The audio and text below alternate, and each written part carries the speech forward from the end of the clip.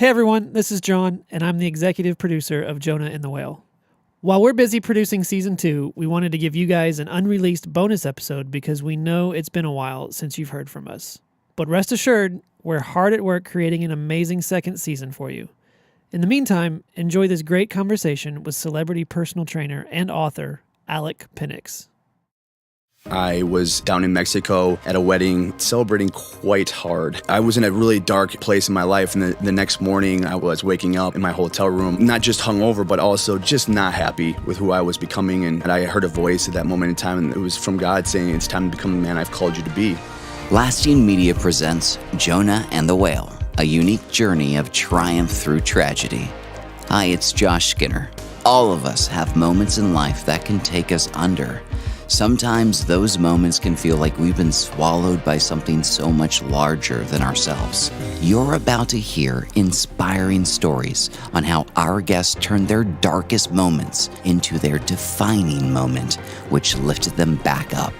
Let's dive in together to today's underwater moment.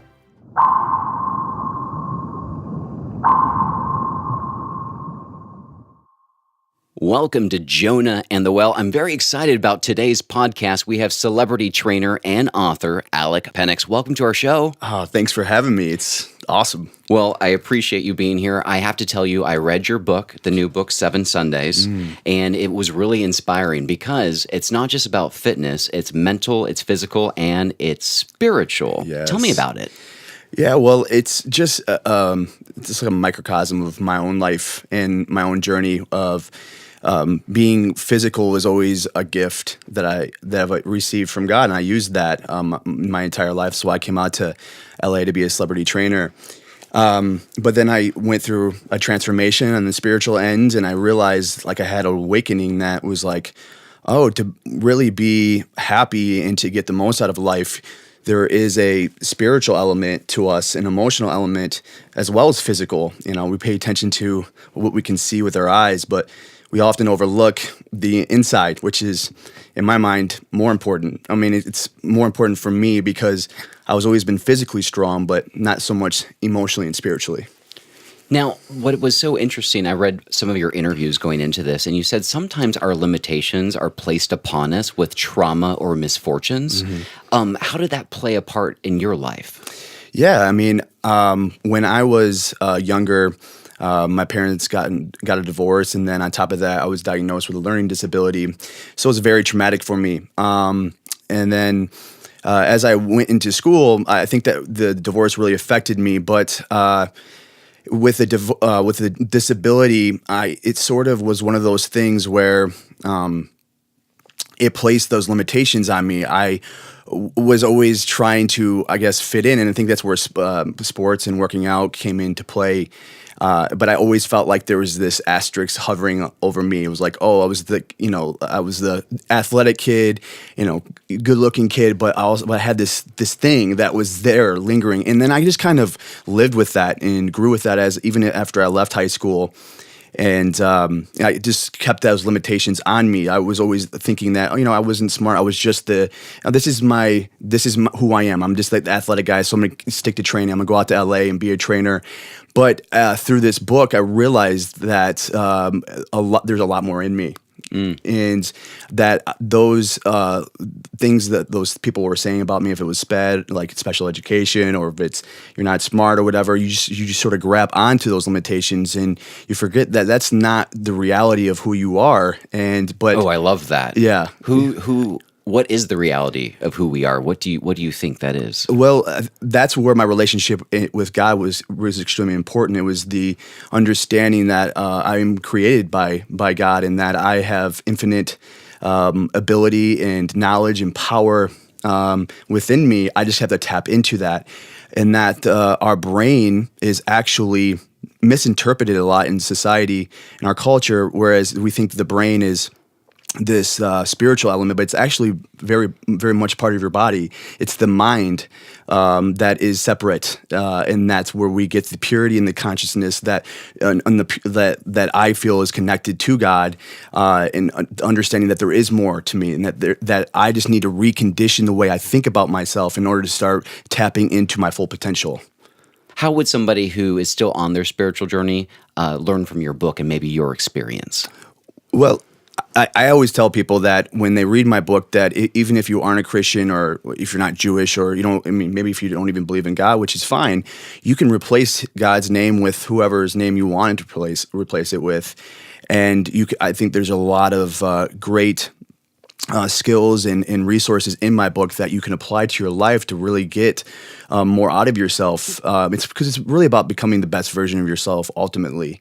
And I love that. Yeah. Yeah, I mean, I really want it to be a person that can help people see what's within them, and that there's much more to life than they could ever imagine.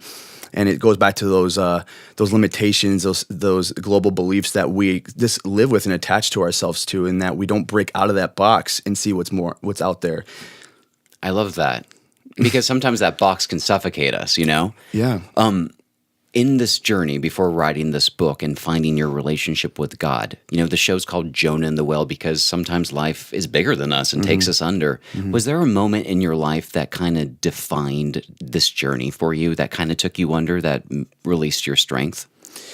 Yeah, I think I relate it to, or I go back to the day where I was down in Mexico at a wedding, celebrating quite hard. I was with my friends, and I was in a really dark place in my life. And the next morning, or actually probably was the evening, I think it was, waking up out in my hotel room, I was just laying there, not just hungover, but also just not happy with who I was becoming. And I tell everyone that I heard a voice at that moment in time, and that it was from God saying, "It's time to become the man I've called you to be." Like a legit voice in your head? Yeah, I mean, that's what. Yes, like I really felt like it was my voice saying that to me, but in my mind, that's how God or the universe or whatever speaks to you. I really believe there's intelligence that's beyond us, that if you yearn for it, it'll give you an answer. And so from that point on, it changed the direction of my life, and which I came to this book, and I continue to grow to this day, and that's just who I am as a person. And I think that's how most of us are wired, but we're either not aware of that or we're just afraid to grow. I think what you just said was really profound. If you yearn for it, it will provide an answer. Yeah. I just want to sit on that for a second. Yeah. Like, what have you learned from that in your life? Everything. Anything that you desire, it will come to fruition. You just have to ask and knock, right? And the doors will be opened. And it's just like, I believe in that, and I've applied that my whole life. And I think that's what brought me out to LA in the first place. Because it wasn't like when I came out to LA that I was so excited for this journey. I was scared. Like I was fearful. I had no idea what was going to happen. I just had a hunch that this was where I was supposed to be. And this was before I even had a relationship with God. Before Mexico. Yeah, before Mexico. This was much more before that, but like 4 or 5 years. Anyways, I remember driving across the country, and I'm thinking, like, what am I doing? I mean, I don't know anyone out here, and I just felt called to do it. I had it on my vision board at the time, like the Hollywood sign, and I just felt called to it. And I didn't realize, I could look back now from where I am, even sitting here with you in this interview, that there was a reason why I came out here. It was to find my purpose and to sort of walk and just to embrace my destiny, sort of like Jonah, right? Yeah. It was sort of the same way, and I just listened to that. The intuition, or that the spirit within my heart, just calling me to come out here, and I thank God for it. Now, how did you pull yourself out of that despair? Like, did it take weeks? Did it take months? How did you reframe your mind? Like, how did you breathe again after you were taken under? It's a process, and it's a process that I'm still working through today. It's initially because of my upbringing. And with my mom leaving me and I'm never really seeing her, and then with my father also being sort of emotionally unavailable, he was great. He provided and all of that, but realized that those things conditioned me, and I missed out on what I really needed, which was love. And when I started developing my relationship with God, and I talk a lot about it with the book, that was the main focus, was to learn how to love myself and to learn how to receive love. And that was the hardest process that I've ever been through in my life. There was a lot of things that I had to bring up from my past to start dealing with the issues that started pulling out those weeds right within me, and to start working on healing those things. And now that I feel like I'm in a better place internally, like I feel deeply rooted, I feel solid within. I now am in a place where I was telling you this before, but where I'm like meeting God halfway. I feel empowered, and so now my walk with God has turned from Him coddling me and pulling me along to Him meeting Him halfway, Him just opening the doors and me walking right through it and busting them open and saying, here I am. I want to make a change in the world, and I'm called to make a change in the world. And I believe that I can do it. And I believe that I'm worthy to do it. And that means being present. And like when you're kicking open the door and standing firm, you're saying, God, I'm here. Use me. Yeah. And I'm like being like synchronizing and being present. Correct? Exactly. Yeah. Like, being that vessel for God, and knowing that you're here to help the world, to serve a bigger cause. And with me and with the book, you can see that that fitness element with the spiritual, that's who I am as a person. That's my uniqueness. And I'm just so excited that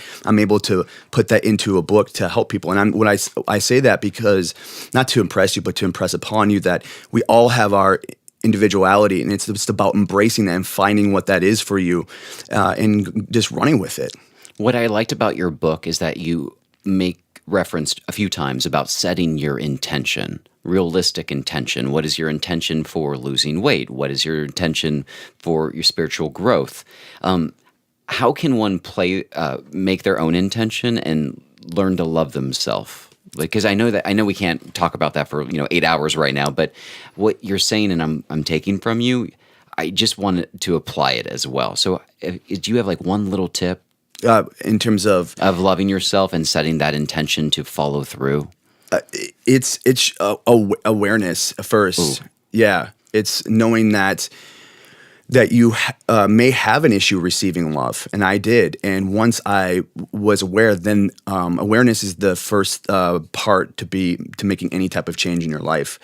And once I had that awareness, then I was like, I want to feel loved. Like, I want to feel that was like. And then that's where the faith came, and it just kind of opened up doors. I mean, if that was the person that came into my life that was healthier than I was, to show me what that looked like, or whatever that is, I just trusted the process, and it was a journey that took time, but because I was aware of it, then I became intentional and about it, and then that's when things begin to change. I love that, listeners. Trust the process. And be present and aware. It could be hard. It is hard. It could be hard, but I feed off of growth. I feed off of it. Like, that's where I'm my best. That place of I'm not sure if I can do this, but I'm going to do it anyways. I thrive off of that. But growth often requires pain, right? So you're just open to it. You're like, bring it. I'm ready. Yeah. Why are you so fearless? But because though, you have to be careful, because I hear a lot of people talking about, like, you have to suffer to grow. And that's one of those global beliefs that it's that person's interpretation of growth. Doesn't mean that has to be the case for you. Because I'm not saying it's like this easy thing to do, but because I know that this is how I'm made, the growing process, and that's what makes me feel alive. I don't really look at it as suffering. I look at it as that this is how I'm made, and this is what I want to do anyways. So why is that? That's not suffering to me. It's embracing the process. Embracing the process. I love that. Well, we will be back with Alec right after this.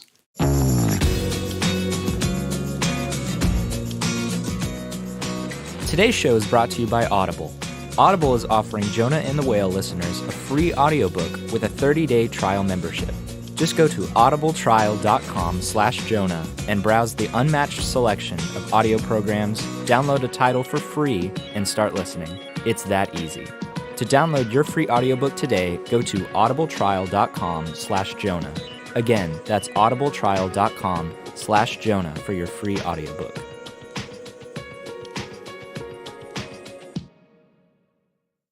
And welcome back. So I've loved this book, and I just want to know more information about how did it come about? Well, believe it or not, it actually happened while I was in the gym. Oh, really? Yeah, with my dear friend and publicist Jay Schwartz. We've gone through our journey together, and while I was training him, it was just one of those things where I was actually kind of helping him more than just in just a physical way. I was also helping him in an emotional and spiritual way as well. And his life began to change, and people in his life began to see like, oh my gosh, like what's going on?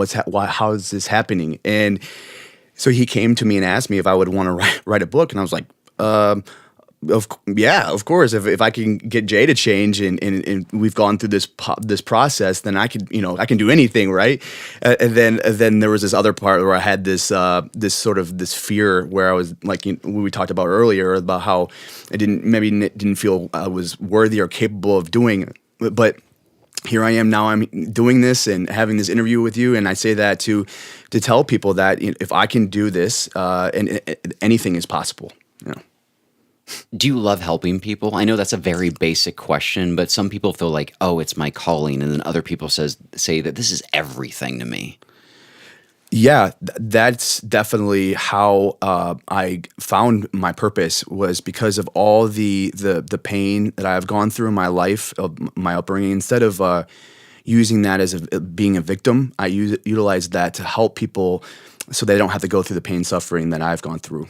Now, you help a lot of celebrities physically, and obviously we're learning that you're helping them emotionally and spiritually as well. Sometimes we in Hollywood can be empty shells, and we can live by our emotions. And how can you help us break that? Well, one is to read 7 Sundays, but Exactly. but it's like I said earlier, it's that awareness, knowing that you, with being in Hollywood, it's all about vanity. It's about looking great and having the money, and it's just like this perception, and we can get lost in that. So it's important to be aware of where you are presently, and that and ask yourself some like really powerful questions that am I in a happy place? Do I feel like I'm centered? Do I feel like that I'm contributing in a positive way to the world? Those are all questions that I have a tendency to ask myself. But it's that awareness initially, knowing that we are body, mind, and spirit, and that we just aren't body, in that we are much more than we could ever embrace. Now, as a Christian, I would call myself a Christian. As a Christian, I've often struggled with the concept of why do bad things happen to good people. What are your thoughts on that? I'm a firm believer that life happens for you, not to you. And it might be hard for people to embrace if they've gotten some pretty traumatic experiences in their life. But I think that's really just about the psychology of a way of approaching life, that no matter what happens to me in my life, that I can get through this, and then I can use this to help people that I'm around, or help the world. I'm a believer in that, because if I say disempowering, or ask myself disempowering questions like, man, how could this happen to me? Like, why me? Like those, you're going to get disempowering answers back, and you're not going to get yourself in a place to snap out of it and to embrace those things and to grow from it. And so the psychology behind those those things happening to you is super important. Now, some people, if you're a Christian, may say, well, it's the enemy testing you, or other people may say it's random.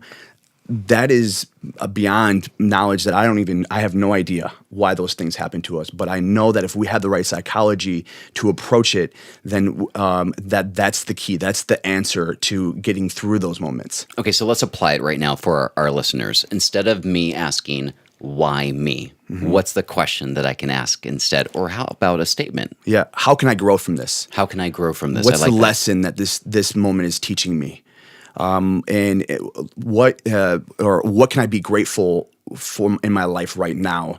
And those Besides the situation? Besides the Okay. situation, yes.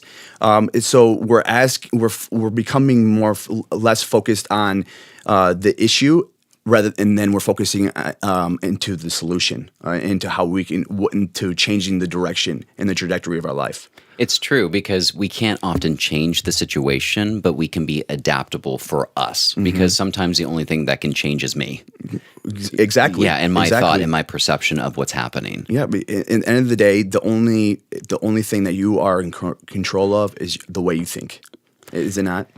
Okay, so that leads me to my final question, and this is more of a personal thing. Season 2 is all about battling fear. And sometimes my fear just turns to anxiety, and often it's like fear of the unknown or fear of, something, a thought that isn't even real, Right. And I was wondering, for you, whether we talk about God being your strength or for you, the lessons you've learned, I'm just wondering how have you learned to battle fear? It's again, I go back to our psychology behind it. A lot of people approach, let's say you are about to do public speaking or something, and if it scares you, or for you, maybe being like doing a new movie with whatever. So a lot of people approach it that if I haven't done that before, or if I haven't even been that great at it, that makes them fearful of it. Rather than with me, I've had to learn that when I'm trying something new, which is usually a lot of the cases, that's where my fear stems from. If I continue to grow, right, I have to look at it in a way where this fear is coming from of a place where. Of my past and the way I've been conditioned of my history, and that actually that is not really who I am. Remember, it's I'm much more than that, and that I just have to recondition my mind a certain way, knowing actually no, I can do these things. I am worthy of these things, and that I am more than capable. I just have to continue to. It's like working out. If you are approaching a situation that's fearful. You can't just go to your mind one time or your brain one time and say I'm not fearful of this, or like this isn't like gonna affect me or whatever. You have to continue to work on it and talk yourself through it. It's an ongoing process. So if there is something coming up that you haven't done before in your life, that you can actually do those things that personal thing that scares you without actually ever having experience, but just approaching it in the right way, mentally in the right way. That makes sense. It's great. I love everything you're saying. Yeah, so it's part experience and it's also part mental, and then on top of that, it's your faith as well. This trusting that as long as I do my part, which is the mental aspect of it, that God is going to take care of the rest. So some people, my experience initially when I was a Christian is that I'm like, oh, God's got me. Like God's got me, right? And I go into situations and I didn't, what's the word? Perform in a way that I wanted to perform. I knew that I was much better than that, and not until I realized that I had to start putting the work in and meeting God halfway in my faith. That's when my performance began to change. Things that I used to not be very good at started to become better at them because I changed my mental state and my mental game. How does gratitude play into that? Gratitude is the first way to get yourself in a powerful state. It's the quickest way. It really changes your biochemistry.